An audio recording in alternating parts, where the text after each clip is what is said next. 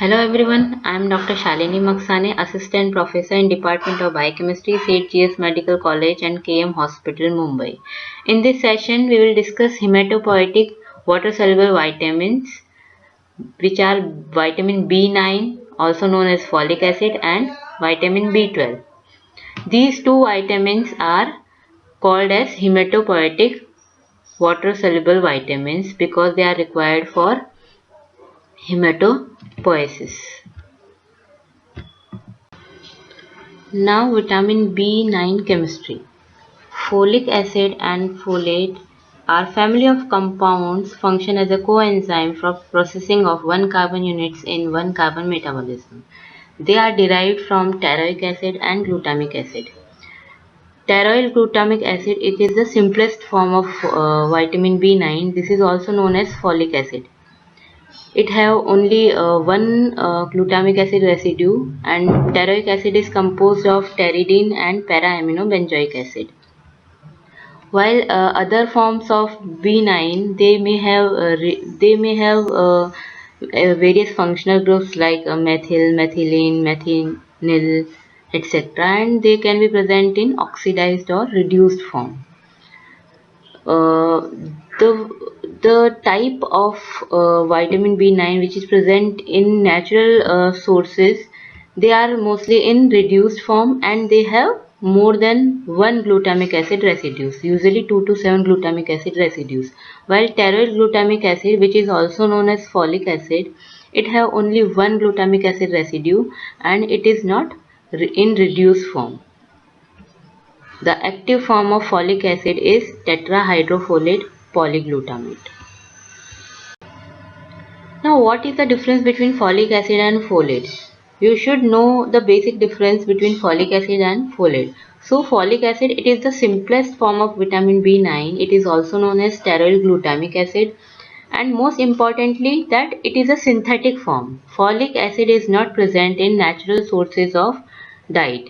It is a synthetic form and it is incorporated into food, so it is present in fortified foods. While folate, it is a generic term which is used for all natural or synthetic compounds which are having vitamin B9 activity irrespective of the reduction state, type of substituted group present on it, and degree of polyglutamylation. So it is basically the natural form of vitamin B9. It is also known as steroid polyglutamate. Folic acid can also be incorporated into folate group because folate term is a broad term. It includes all type of compounds which have vitamin B9 activity like dihydrofolate, tetrahydrofolate, methyl tetrahydrofolate, methylene tetrahydrofolate, polyglutamate or monoglutamate. So this is the difference between folic acid and folate. Now this slide depicts the general structure of various folate. Here you can see that there is a tridine ring attached to para-aminobenzoic acid and glutamic acid residues. In folic acid, you must have observed in previous slide that there was only one pteridine ring, one para-aminobenzoic acid attached to only one glutamic acid residue. But in folate, there can be a polyglutamate tail and there can be various substituted groups on N5 and N10, which can be methyl group, methylene group, formyl group, formamino group, etc. And it can be present in oxidized or reduced state. So this diagram depicts the reduced state of folate. So here at R1 and R2, if there are H group, this is a tetrahydrofolate structure, and that's it. Now dietary sources of vitamin B9. The principal food sources of folate are the principal plant sources are spinach, kale, broccoli, avocado, citrus fruits, and yeast. And in animal food sources, the main food sources are eggs, beef liver, etc. But nowadays, folic acid is incorporated into fortified foods, so they become the major sources of folic acid in human diet. So it is present in fortified foods like flour, ready to eat breakfast, cereal and bread. Now various dietary forms of B9 vitamin. In our diet, vitamin B can be present in various forms. If it is a synthetic form of B9 which is incorporated into fortified food, B9 is present in the form of folic acid, which is an oxidized form. So it is absorbed in intestinal mucosa cell, and in cell it is reduced to tetrahydrofolic acid, and then methyl group is added in that in intestinal mucosa cell. Remember that folic acid is the simplest form. It does not have any substituted group, and it have only one glutamic acid residue. While if a diet contains natural sources of diet, in those natural sources of diet, vitamin B9 present in polyglutamate form, which can be oxidized or reduced forms. But major form of vitamin B9 which is present in natural sources of diet is methyl or formyl tetrahydrofolate polyglutamate, or it can be simply tetrahydrofolate monoglutamate or tetrahydrofolate polyglutamate. So if it is a tetrahydrofolate monoglutamate, it is directly absorbed into intestinal mucosa cell. As it is already in reduced form, only methyl group is added in that. But if vitamin B9 is present in polyglutamate form, they are first converted into monoglutamate form in intestinal lumen itself. Then, because polyglutamate form cannot be absorbed by intestinal mucosa cell, so after converting them into monoglutamate form, they are in intestinal mucosa cell. Methyl group is added in that if there is no substituted group, and if there is already a substituted group like methyl or formyl, there is no group addition is required in intestinal mucosa cell, and then they are directly released into the circulation. The major circulatory form of vitamin B9 is methyl tetrahydrofolate monoglutamate, or other forms like formyl tetrahydrofolate monoglutamate can also be present in some amount. Now this slide shows the detail of how folic acid is absorbed and how it is circulated in our body. So folic acid and its derivatives are readily absorbed in jejunum mucosa cell. Folic acid is directly absorbed in mucosa cell where it is reduced to tetrahydrofolate by enzyme dihydrofolate reductase. Now tetrahydrofolate is methylated by enzyme glycine synthase and methylene tetrahydrofolate reductase.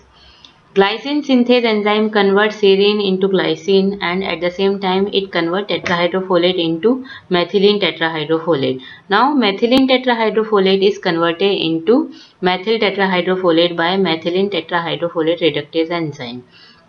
Polyglutamate derivatives are converted into monoglutamate in intestinal lumen by enzyme folate conjugase, because polyglutamate cannot be absorbed directly.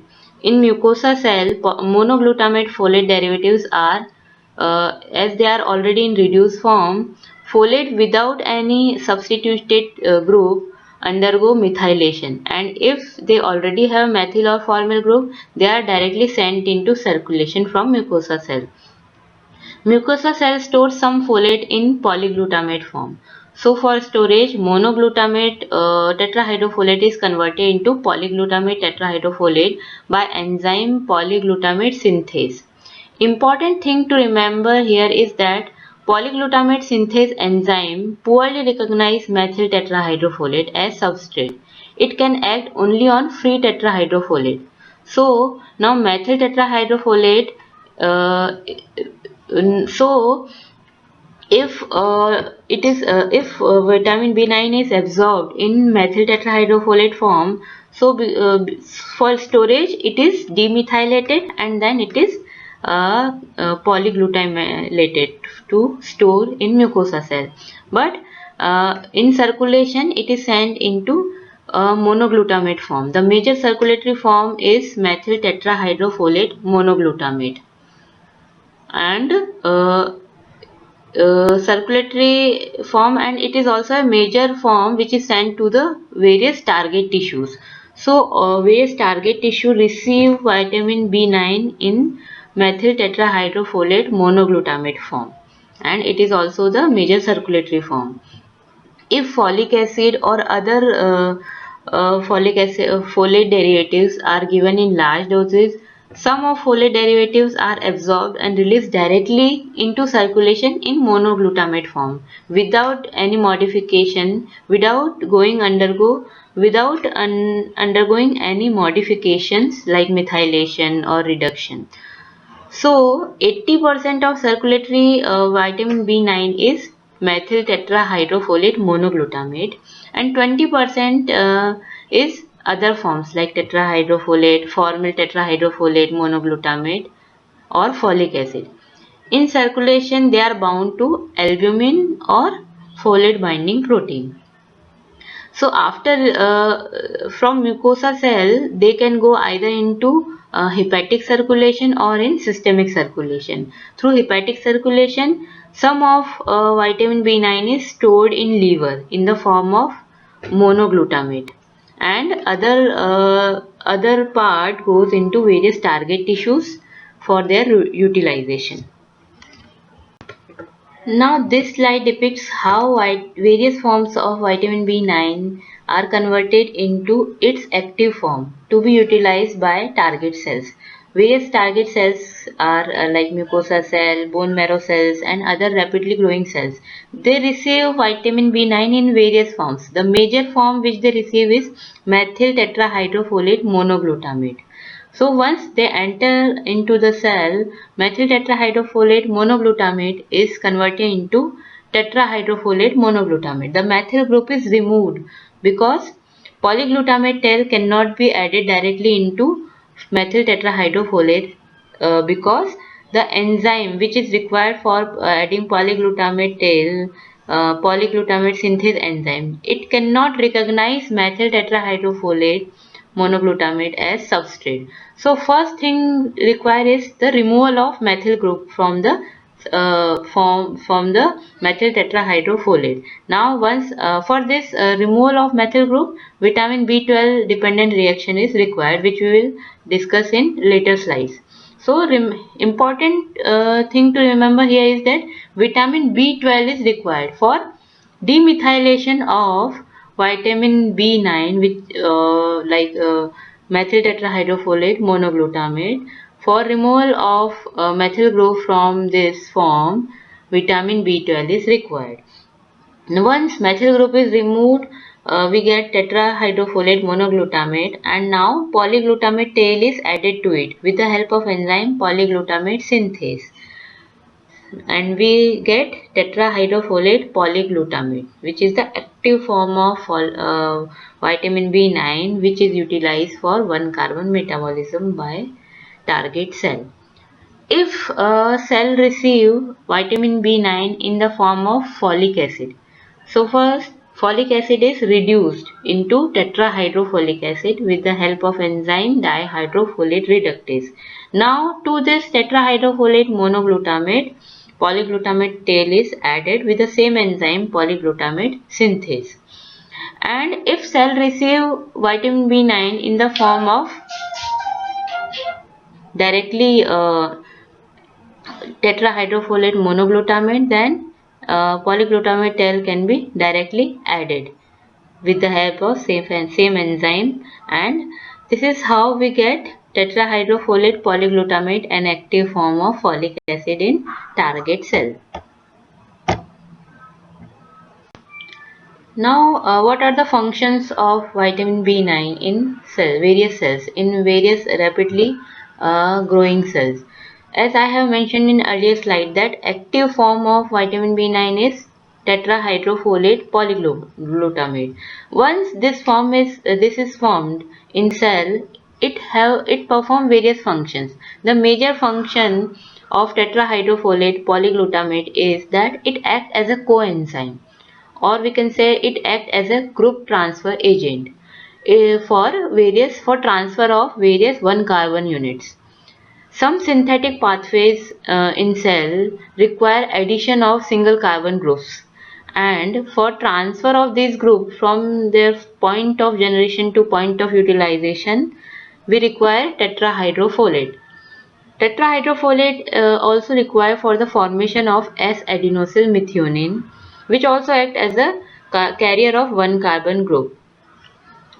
Various one carbon groups which are carried by tetrahydrofolate are methylene, methinyl, formyl, formamino, and methyl group.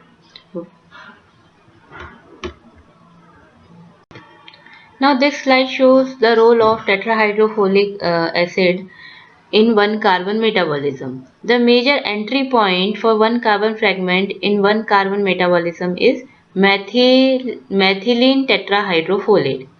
The donor of methylene group is serine or choline. So serine react with tetrahydrofolate polyglutamate in the presence of enzyme glycine synthase to form methylene tetrahydrofolate, which is a reversible reaction. Means glycine can be converted into serine and serine can be converted into glycine, and methylene tetrahydrofolate can be converted into tetrahydrofolate, and tetrahydrofolate can be converted into methylene tetrahydrofolate. Once methylene tetrahydrofolate is formed, it is converted into methyl tetrahydrofolate, which is required for the conversion of homocysteine to methionine, which is a B12 dependent reaction. Important thing to note here is that the conversion of methylene tetrahydrofolate to methyl tetrahydrofolate is a irreversible reaction, and methylene tetrahydrofolate can also be converted into thymidine monophosphate, which is required for DNA synthesis. And methylene tetrahydrofolate can also be converted into methinyl tetrahydrofolate, which is also a reversible reaction. The donor of methinyl group is histidine, which react with tetrahydrofolate to form 4-amino tetrahydrofolate, which can further convert it into methinyl tetrahydrofolate. So the donor of methinyl group is histidine, the donor of methylene group is serine or choline, and methinyl tetrahydrofolate is further converted into formyl tetrahydrofolate, which is also a reversible reaction. Formyl tetrahydrofolate is required for the synthesis of purines, which also require for DNA synthesis. Important thing to note here is that the only irreversible reaction in this one carbon metabolism is conversion of methylene tetrahydrofolate to methyl tetrahydrofolate. Formyl group can also be donated by formate. Now these one carbon metabolism reaction are required for synthesis of mainly serine or glycine, which is required for synthesis of hemoglobin. It is also required for purine synthesis, and it is also required for thymidine synthesis. It is also required for synthesis of methionine, which is a vitamin B12 dependent reaction, which we will discuss in later slides. Methionine is required for synthesis of another one carbon carrying coenzyme known as S-adenosyl methionine. S-adenosyl methionine is required for DNA methylation, which is important in DNA repair reaction. Also required for synthesis of creatine, choline, and phospholipid. The conversion, which form will be formed, whether purines will be formed, whether pyrimidines will be formed, whether methionine will be formed, it depends on cellular demand. If cell have a high demand for DNA synthesis, so the pathway will be shuttled towards synthesis of DNA. Now this slide shows the role of vitamin B12 in folic acid metabolism. In earlier slide I have mentioned that once tetrahydrofolate is converted into methyl tetrahydrofolate, it cannot be converted back into methylene tetrahydrofolate or other forms like methinyl or formyl tetrahydrofolate, because the conversion of methylene tetrahydrofolate to methyl tetrahydrofolate is an irreversible reaction. So for conversion of methyl tetrahydrofolate into tetrahydrofolate, we require vitamin B12. Vitamin B12 take methyl group from methyl tetrahydrofolate and it itself get converted into methyl cobalamin, which convert homocysteine into methionine. So, for conversion of methyl tetrahydrofolate to tetrahydrofolate, vitamin B12 is required. In vitamin B12 deficiency, all cellular folate is trapped into methyl tetrahydrofolate form. Now, what are the causes of vitamin B9 deficiency? It can be because of dietary deficiency or because of decreased absorption or because of increased demand of folic acid or because of some drug therapies. Dietary deficiency can occur in malnutrition or in elderly patients or in alcoholic patients. Vitamin B9 deficiency can also occur in B12 deficiency because of trap of folic acid in methyl tetrahydrofolate, which is called functional folate deficiency. Decreased absorption of folic acid can occur in various intestinal disorders like sprue, celiac disease, gluten-induced enteropathy, or resection of jejunum. The demand of folic acid increases in various physiological conditions like pregnancy, breastfeeding, or in disease conditions like chronic hemolytic anemia. Some drug therapies can also inhibit the vitamin B9. It can be because of inhibition of conjugase enzyme which require for removal of polyglutamate tail in intestinal lumen. This can be inhibited by phenytoin or hydantoin anticonvulsant drugs. So these are the reason of folic acid deficiencies. Now we will discuss what is folate trap or functional folic acid deficiency. This occur mainly in deficiency of vitamin B12. So how vitamin B12 deficiency causes folate trap, we should understand the normal folic acid metabolism in cell. From circulation, methyl tetrahydrofolate monoglutamate enter into target cell with the help of reduced folate transporter. After entering into the cell, methyl tetrahydrofolate is converted into free tetrahydrofolate with B12 dependent reaction. This reaction is very important. So, see, homocysteine is converted into methionine and at the same time methyl tetrahydrofolate monoglutamate is converted into free tetrahydrofolate. Now this free tetrahydrofolate cannot be retained in cell without adding polyglutamate tail with the help of enzyme polyglutamate synthase. To add this polyglutamate tail, we require the conversion of methyl tetrahydrofolate into tetrahydrofolate because synthase enzyme cannot recognize methyl tetrahydrofolate as substrate. So vitamin B12 is very important to retain cellular folic acid in cell in polyglutamate form. Once all cellular vitamin B9 is converted into tetrahydrofolate polyglutamate, it take part in 1-carbon metabolism. During 1-carbon metabolism, tetrahydrofolate polyglutamate is converted into methyl tetrahydrofolate polyglutamate for which is a irreversible reaction. The conversion of methylene tetrahydrofolate to methyl tetrahydrofolate is irreversible reaction. So we require free tetrahydrofolate pool for the continuation of this 1-carbon metabolism. For conversion of this cellular methyl tetrahydrofolate polyglutamate into free tetrahydrofolate polyglutamate, again we require B12. So B12 is required for two reactions. First, for conversion of circulatory methyl tetrahydrofolate monoglutamate into free tetrahydrofolate monoglutamate and for the conversion of methyl tetrahydrofolate polyglutamate which is produced during cellular metabolism into tetrahydrofolate polyglutamate. Now which pathways are affected in B12 deficiency are depicted in orange line.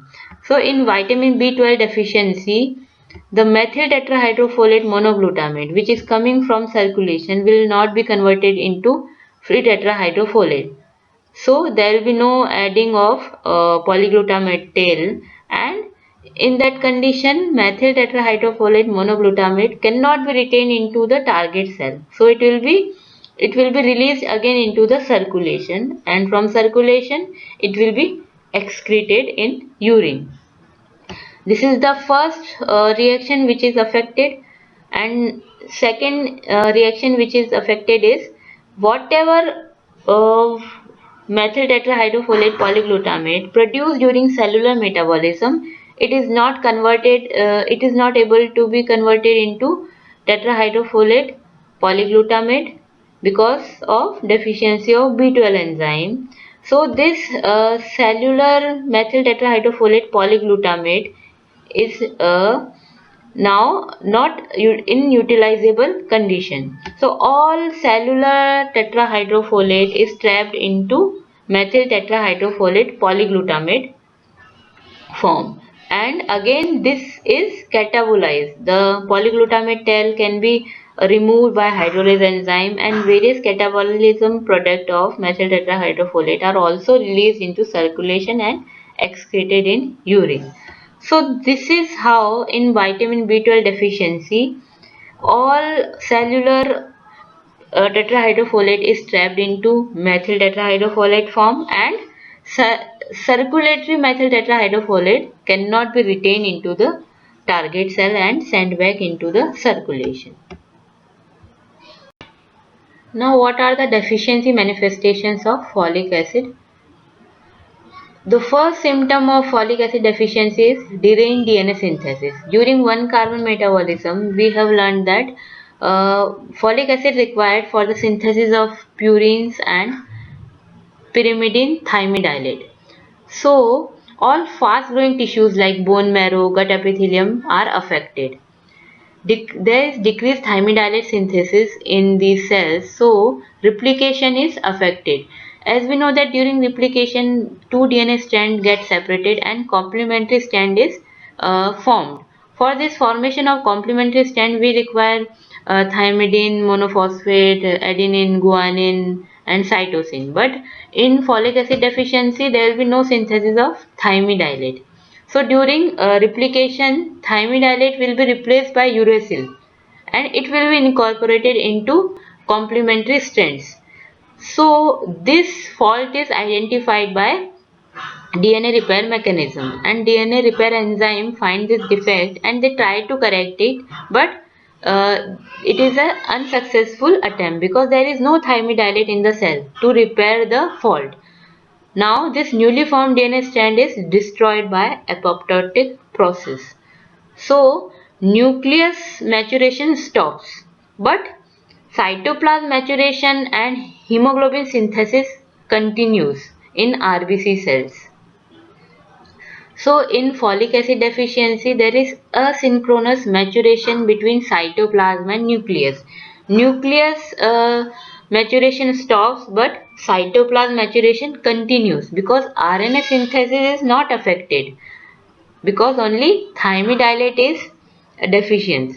Uracil is present in sufficient amount. So RNA synthesis goes on, cytoplasm maturation goes on, but nucleus maturation is affected. Cell cycle stops at G2 phase and cell cannot divide. Important thing to note here is that in RBCs purine synthesis is not affected because RBCs does not use de novo synthesis mechanism for purine synthesis. They use salvage pathway. So in RBC only thymidylate synthesis is affected. In folic acid deficiency, macrocytic anemia is observed, which is sometimes also called megaloblastic anemia. Megaloblasts are RBC's precursor which have nucleated RBC precursor cells present in bone marrow. So megaloblastic changes are observed in bone marrow RBC precursor cell, and macrocytes are RBCs which are present in blood circulation. They don't have nucleus, but they have a large mean corpuscular volume, means the size of RBCs increased in peripheral blood circulation, while in bone marrow the RBC precursor cells have nucleus which have loose chromatin, uncondensed chromatin, and a high amount of cytoplasm. So in folic acid deficiency, the number of RBCs decreases. Macrocytosis means large sized RBCs are observed in peripheral circulation, and hypersegmented neutrophils are also observed in peripheral blood circulation. In bone marrow, there are immature enlarged nucleated megaloblasts present, and the clinical picture of microcytic anemia is the clinical picture of folic acid deficiency is anemia, means less mature RBCs. Splenomegaly is observed because abnormal RBCs are sent into spleen for destroying them, and pale yellow appearance of person because of high bilirubin formation, because there is more RBCs are destroyed in spleen and more bilirubin is formed. So the clinical picture of macrocytic anemia is anemia, splenomegaly, and pale yellow appearance. Now, other deficiency manifestations of folic acid are high homocysteine level in blood, where in B12 deficiency, homocysteine cannot be converted into methionine, so homocysteine level increases in blood. Homocysteine can cause increased risk of hypertension, atherosclerosis, and thrombosis. It can cause endothelial dysfunction because homocysteine is responsible for generating reactive oxygen species, which can damage various tissues like endothelial cells or heart cells or neuronal tissues. So high homocysteine level can cause atherosclerosis, and it can also cause neurological manifestations. In pregnant women, folic acid deficiency can cause neural tube defects in child, which can be either spina bifida, anencephaly, etc. So the damage is because of in folic acid deficiency, the neural stem cell proliferation is hampered, and maternal high homocysteine level can also damage neuronal tissue in fetus. So it is important to take adequate doses of folic acid during pregnancy.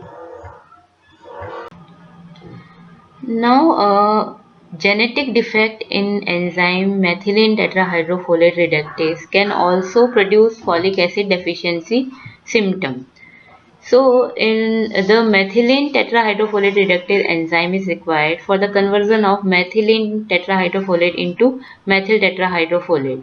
So, in deficiency of this enzyme, homocysteine cannot be converted into methionine with the B12 dependent reaction. Although B12 vitamin is there, but methyl tetrahydrofolate substrate is not there.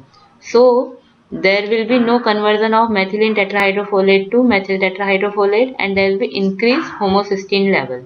Because of this increased homocysteine level, the child may have mental retardation and psychiatric problems, because the brain tissue is more susceptible to homocysteine mediated reactive oxygen species generation and damage caused by this reactive oxygen species. Important thing to note here is that there is no megaloblastic anemia, because the conversion of methylene to methinyl or formyl is not affected in this condition, which these pathways are required for purine and thymidylate synthesis, but these pathways are not affected. So this is how in MTHFR gene enzyme deficiency there will be mental retardation in children. Now, which biochemical tests are used to detect folic acid deficiency? First is blood folic acid level. Normal range of serum folic acid level is 3 to 16 nanogram per ml, and in erythrocyte it is 130 to 630 nanogram per ml. In vitamin B9 deficiency, there will be reduced level of folic acid in blood and RBCs. increased indirect bilirubin level. As I have already mentioned that in folic acid deficiency there is increased the destruction of RBC in spleen is increased. So there is increased bilirubin concentration in blood. There will be increased LDH level uh, because of hemolysis of immature RBCs, and there will be increased homocysteine level because of the folic acid deficiency. There will be no methyl tetrahydrofolate, and because of this the homocysteine level will increase in blood. Another one is histidine load test. In this test, histidine is given to the patient. If there is folic acid deficiency, form-aminoglutamic acid, which is also known as FIGLU, will be excreted in urine. Why? Because normally histidine is converted into form-aminoglutamic acid. From this, form-amino group is transported to folic acid, which convert it into methylene tetrahydrofolate. So in folic acid deficiency there will be no acceptor for form amino group of FIGLU. So this FIGLU will be excreted in urine. Now recommended dietary allowance for folic acid. The daily requirement of free folate is in adult male or female is 200 microgram per day. In pregnancy the requirement increases to 400 microgram per day. During lactation requirement is 300 microgram per day, and for therapeutic doses 1 milligram per day oral doses are given. Important thing to note here is that folic acid alone should not be given in macrocytic anemia, as it may aggravate the neurological manifestations of B12 deficiency. This can be explained by the fact that B12 vitamin is required for two reactions. First, for conversion of homocysteine to methionine, and second, for conversion of methylmalonyl coenzyme A to succinyl coenzyme A, which is required for myelination of nerve tissue. When only folic acid is given in high doses, more vitamin B12 is utilized by the reaction which convert homocysteine to methionine. So less vitamin B12 will be available for conversion of methylmalonyl coenzyme A to succinyl coenzyme A, which is required for myelination. So when folic acid given alone without B12, there will be deficiency of B12 and for the second reaction, and there will be less myelination of nerve tissue, which will cause neurological manifestations. Now, therapeutic role of folic acid analogues. Sulfonamide drugs are used as antibacterial agent. They are structural analog of para-aminobenzoic acid, which is the component of folic acid. It decreases folic acid synthesis in bacteria. Important thing to note here is that bacteria produce their own folic acid, and they cannot take preformed folic acid in their cell. The preformed folic acid cannot enter into bacteria cell. They need to produce their folic acid by themselves. For this, they require para-aminobenzoic acid. Sulfonamide drugs are structural analog of para-aminobenzoic acid, so they inhibit the synthesis of folic acid in bacteria. This is how they are used for antibacterial treatment. Methotrexate and aminopterin drugs are used as anti-cancer drugs. They are structural analog of folic acid. So, in cell, they slow down DNA synthesis by blocking the 1-carbon metabolism pathway. They inhibit the activity of dihydrofolate reductase enzyme, and so there is no production of tetrahydrofolate, and there is no 1-carbon metabolism. There is no synthesis of purine or thymidine. They are used for cancer treatment, and they are toxic to all dividing cells. This is why when cancer treatment is given, there is loss of hair or loss of appetite, loss of epithelial cell damage in patient. Thanks for watching the video.